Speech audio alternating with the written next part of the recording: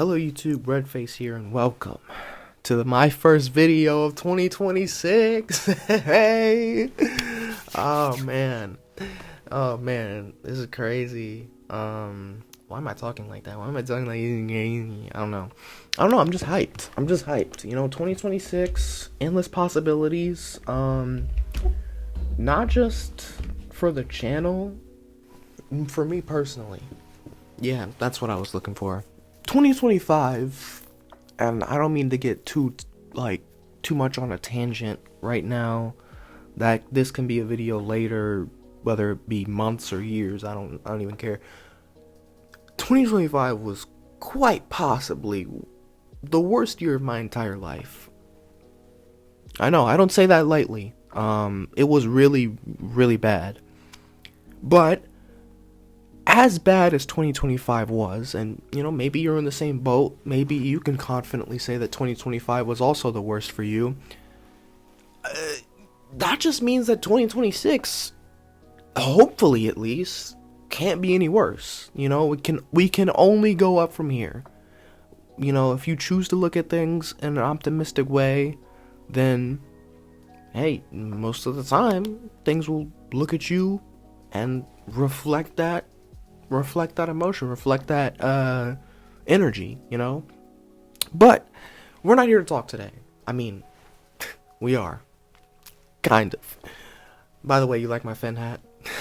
I should stop getting distracted. Okay, yeah, you're right. Today I'm here to create an objective tier list of the Weeknd. I say objective, but the title is clickbait. I am subjectively putting my 2 cents out there. I'll give my reasoning too, alright? We won't make this like a 6-minute video. It could be, but I want to try to like explain myself and be like, hey, I put this here, I put this there for a reason. So, I went through and I listened to all of the Weeknd's albums, which was not very hard. I mean, I listened to him a lot. I listened to him a lot. And it wasn't very hard for me to go through and rearrange this around and see if I could create some bit of a tier list. Now, one thing I will be saying right off the bat, Trilogy, I'm gonna rank that probably somewhere in between the mixtapes, because it's just an amalgamation of all the mixtapes.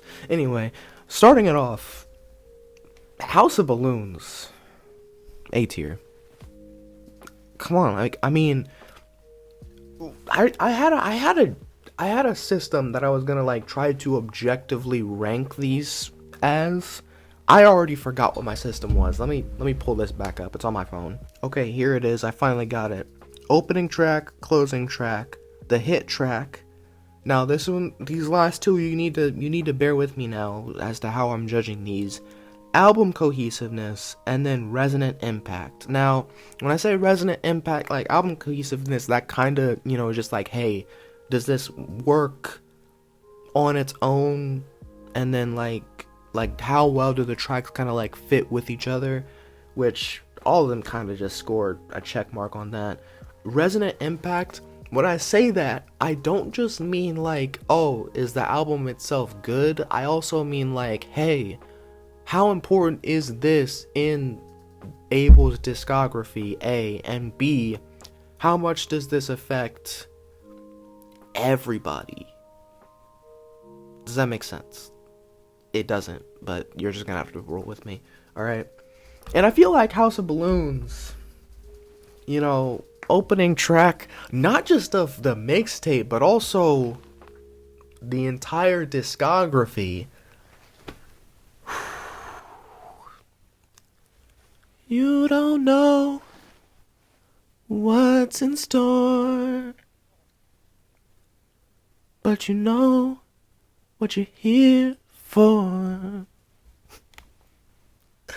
We didn't know what was in store. Oh my gosh. No, but seriously, there's no beating it. There's no beating that. And then we have the closing track of that mixtape, which is The Knowing.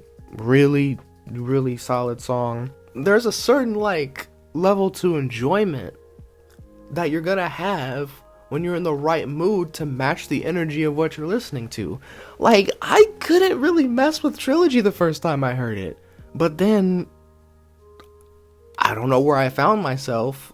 I was just like, let me go ahead and try it again. And it really, like, light bulb over the head clicked with me. Am I ranting too much? I'm ranting too much. Alright, let's go ahead and move on. I don't know why I put these out of order. Next up we have Thursday. I'm gonna put it in a B. Thursday's really good. Dang, Thursday's good. I don't care. Thursday's good. We gotta move on. We gotta move on. I've wasted too much time. Echoes of Silence. Honestly, Echoes of Silence kind of fights. It kind of is in a brawl as to whether or not I consider that to be my favorite in the mixtapes or not. But I'm gonna say that it's A tier. It is A tier. And I'm gonna ignore Trilogy. Like I said, just an amalgamation. Finally, we have. Why did I say finally? Anyway, next up, the first studio album, Kissland. Oh my gosh, Kissland, you didn't even. I can't even say like you had to be there, because I wasn't even a Weeknd fan yet when that dropped. But Kissland is the album where maybe you listen to it and it's not your thing right now, but come back to it, because when you need it, it's there. Kissland is something that you just gotta revisit every once in a while. Just every once in a while. There's at least one track on Kissland for somebody. I believe that. I believe that sternly. That being said, I'm putting it in B tier. I'm sorry. Hold on. Don't try to shoot me down yet. I love Kissland. I just wish it was a little bit longer. Is that crazy to say? I don't think so. Beauty Behind the Madness. Alright, listen. Alright. I need you to calm down for a second. I just made a lot of people upset with putting this at B-.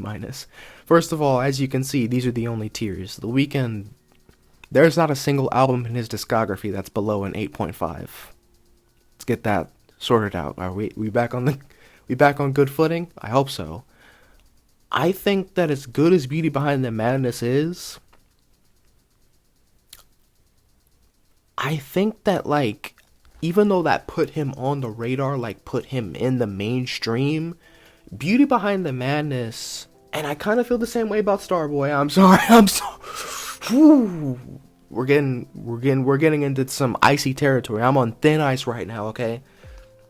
But just as far as projects go, as whole albums, alright? As whole albums, not as like the single tracks in them, because I'm trying to rate the whole album, okay? We'll get to the songs later, but as whole albums, I don't come back to Beauty Behind the Madness and Starboy as much as I do the other albums in his discography. I feel like they have arguably the least replay value, and that's not like, again, to insult individual tracks, because there's some tracks on Starboy that I think are way better than House of Balloons, and some other albums that I haven't ranked yet. But I won't revisit the entire Starboy album, okay? Just, alright, we good? We're good. I just had to hit those out of the way. Next up, My Dear Melancholy. That's S tier. I don't want to hear it like, oh, this is an extended play, it's an EP, it's not an album. No. We don't disrespect My Dear Melancholy like that. Let me know if you're ever at your bedroom at 3 a.m. in your feels. Play My Dear Melancholy. You will understand that. Put your headphones on, max volume, My Dear Melancholy, including the a cappella version of Call Out My Name. You'll rate it this high too.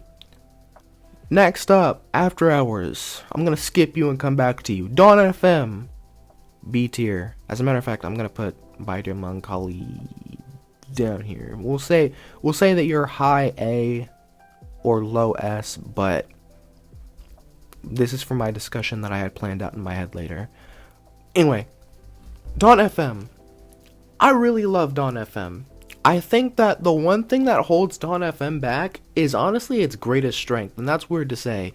So this is something that I discovered like my first couple of times listening to Dawn FM, and then I was like throwing the songs around in my playlists, and you know, who listens to their playlist not on shuffle when there's multiple songs? You're a sociopath. But something that I noticed with Dawn FM is that there was a lot of songs that I loved.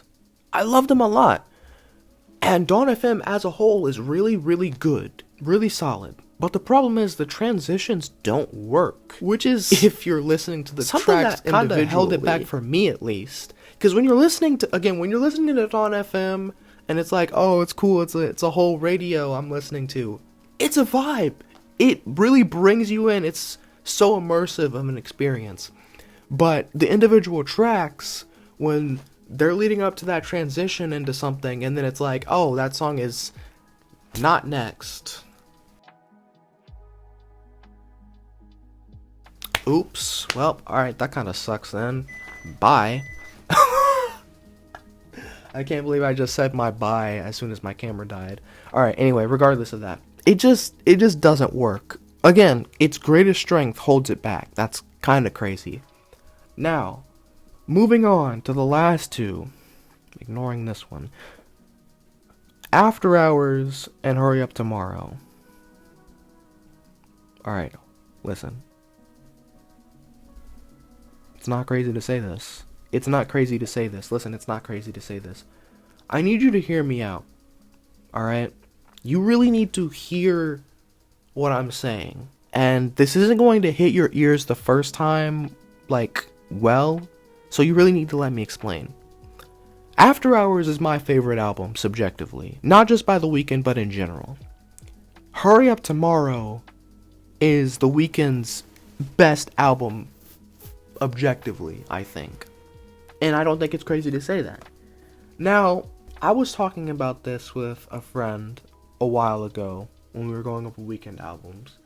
And we got into the discussion of which one of these was better. And we agreed on something. And I need you to hear me out, and I need you to like really let it sink in with you. I just started playing Thursday randomly. After Hours is really great when you need to like be sad. And when you need to accept some of the wrongdoings that you've done. I'm not going to run down the theme of the entire album. If you've clicked on this video, then you know it. But After Hours is where you're at when you feel really low down and you feel like you just need to take a knee, take a break. But the important thing about After Hours is that it's necessary, but it's not somewhere where you should stay. Which is exactly why Dawn FM is so important. That's you getting back up, regaining yourself, regathering your composure, and moving forward. Hurry Up Tomorrow, honestly, that's an album that's been in my rotation weekly since it released, and it's been an entire year almost. Hurry Up Tomorrow is that good. Now, two complaints that I heard about Hurry Up Tomorrow.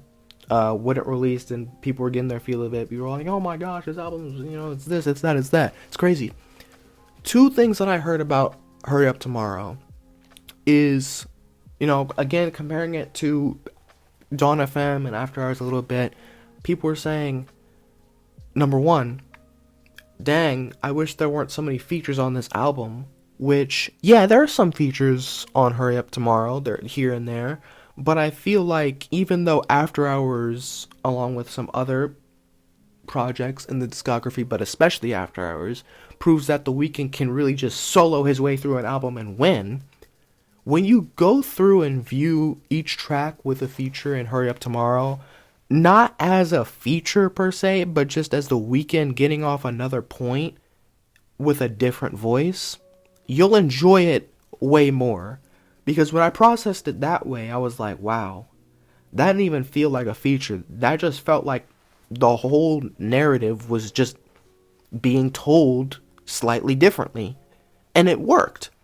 Second, was people saying, ah, dang, I kind of just wish that he would, like, stay in that trilogy era, stay in that dark Kiss land, you know? First of all, trilogy's there. Kiss land's there. And secondly, I don't know why I or anybody else needs to say this, but if you think that, first of all, if you think Hurry Up Tomorrow is anything less than a 10, okay, I'll be lenient. Anything less than a 9, I think you're crazy. But if you think that the story of a man from the trilogy era and the Kissland era being in this incredibly intense and oversaturated party life, talking about like, I think I found God. Well, probably not. And dang, I'm kind of alone.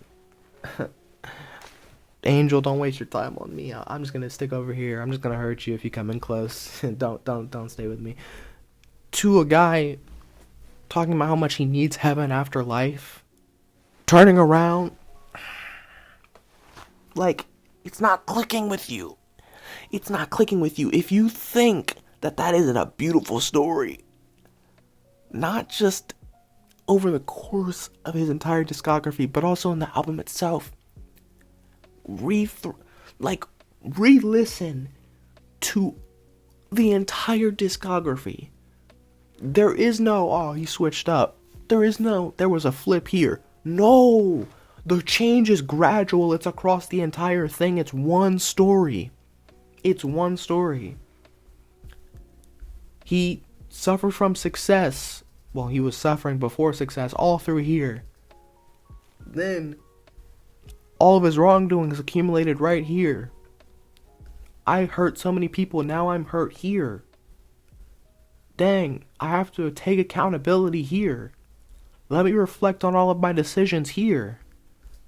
I have to acknowledge how much I failed over and over. So now I need God's help here.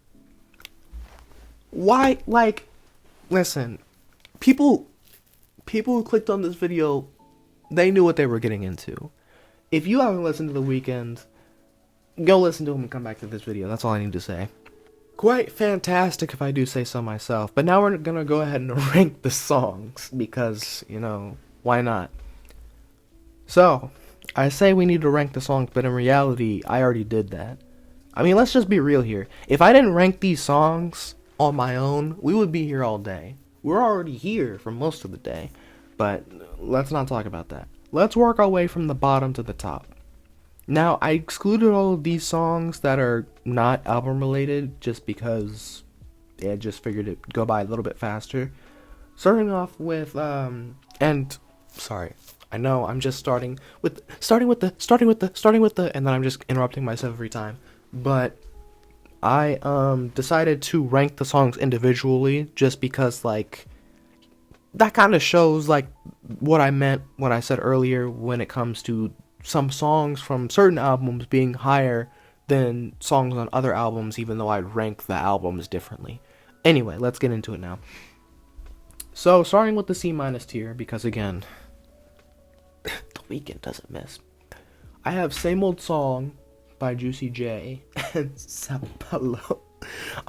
These are little kinda not really though interchangeable for me, because when it comes to Sao Paulo, I'm not even sure if I'm saying that right, but whatever. This is something that kind of threw the entire community off when it got released. This is one of the things that actually had me admittedly worried, because I was like, oh man, I really hope this song's not in the album, and luckily it is, and it doesn't really mess with anything. But oh my gosh, this was scary. This was, not only was the song itself kind of jarring, where it's just like, oh, I don't know if I like this, but also the music video If you haven't seen the Sao Paulo music video, do yourself a favor and don't watch it. Alright, now Same Old Song by Juicy, or featuring Juicy J, is such a good song until Juicy J decides to jump up on there. I'm not sure why his part was included. I mean, it's really horrible. You got a really good song, good lyrics, good little mini story in there, and then Juicy decides to jump in there and ruin it for the last minute and a half. Why is he talking? Why is he screaming in my ears? I don't know, but I wish he wouldn't. Moving on to C tier, we have The Zone featuring Drake.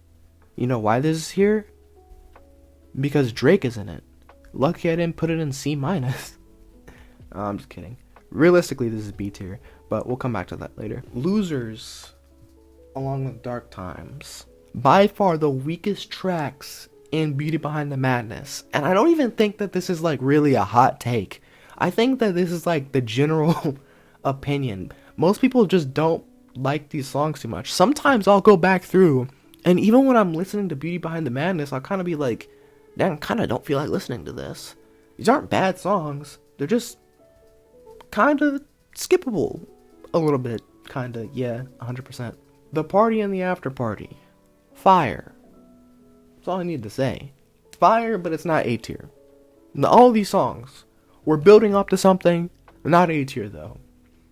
Kind of gonna skim through these since these tiers get a lot longer as I went upwards, because I was just like, oh, there's no way I'm putting this in B tier, there's no way I'm putting this lower, so you'll have to excuse me for that. Gone and Initiation, I have to mention both of these real quick. I like these songs a lot. I like the lyrics. I do kind of like the beat, but the thing is, when it comes to the instrumentals and the backgrounds for both Gone and Initiation, I actually can't listen to these songs most of the time because they make me dizzy. So that's on me. Like, again, this is my ranking. If you want to do yours, feel free. Like, actually, please comment your ranking below and tell me like how you would change my stuff around, or, you know, things like that. Because, you know, I'd like to hear that comparison. I like to have that conversation down in the comments. But these ones specifically, no. These make me too dizzy. I just can't do it. And then of course we have some interludes in here. Stargirl. Now, I would put this higher if it wasn't an interlude, because I really love this. Now, Here We Go Again is in the same batch as I Heard You're Married.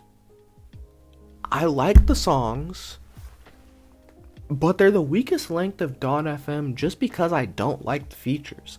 Don't get me wrong, I love Tyler the Creator. I've heard his music, I've listened to his songs, he's in my rotation.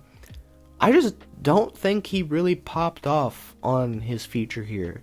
And as for Lil Wayne, same thing, except this one comes with like a little bit of, I don't know what you would call it, like anti-bias.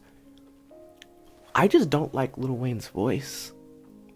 Like, no offense to him, he's talented, but I don't like his voice, and I don't think that it really, like, it doesn't mix well with the Weeknd's. What You Need, The Knowing, 28, these are good songs. These are good songs. Going through this, these are all good songs right here. I mean, all of this in 8, every single one of these songs in each of these tiers are good songs. But the only reason they're in A tier is because there was a lot of stuff in S tier. Let's just say it how it is. Oh, Live For It by Drake? Yeah, no. Put that in C-. I'm just kidding. I'm just kidding. As you can see, it's a fair mix right here. You can tell where the highest songs in these are just, you know? And I even hesitantly put some after hours songs in here, really showing my bias. The only reason why I even put these is because interlude, but still really good interlude. And also because even though I kind of like Scared to Live more than Hardest to Love, this is kind of a package deal. And you'll kind of see me do that again when it comes to Dawn FM tracks, but we'll get to that later. And finally, we have the Hurry Up Tomorrow squad of songs that are just really good, but also I had to keep some songs out of S tier. Oh my gosh, it takes up the entire screen, dude. What the heck?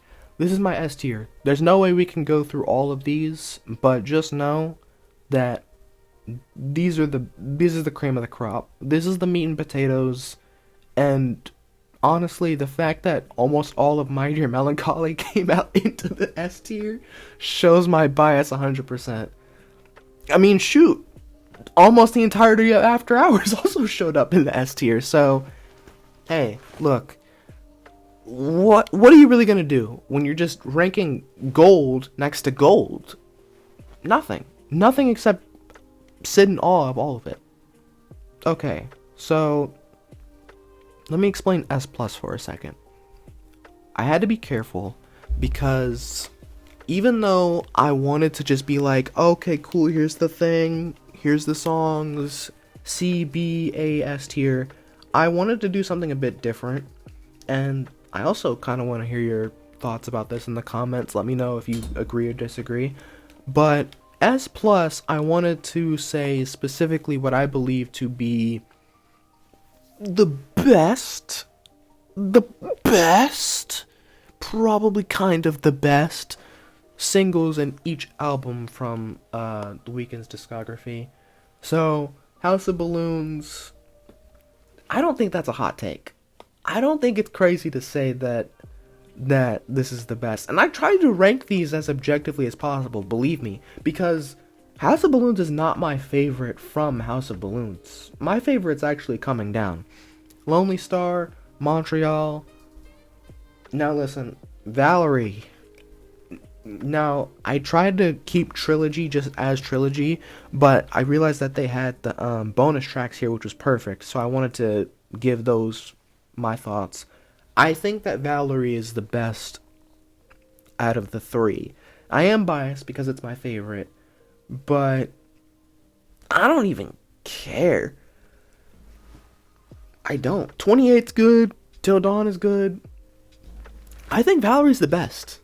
I think it's the best out of the three bonus tracks.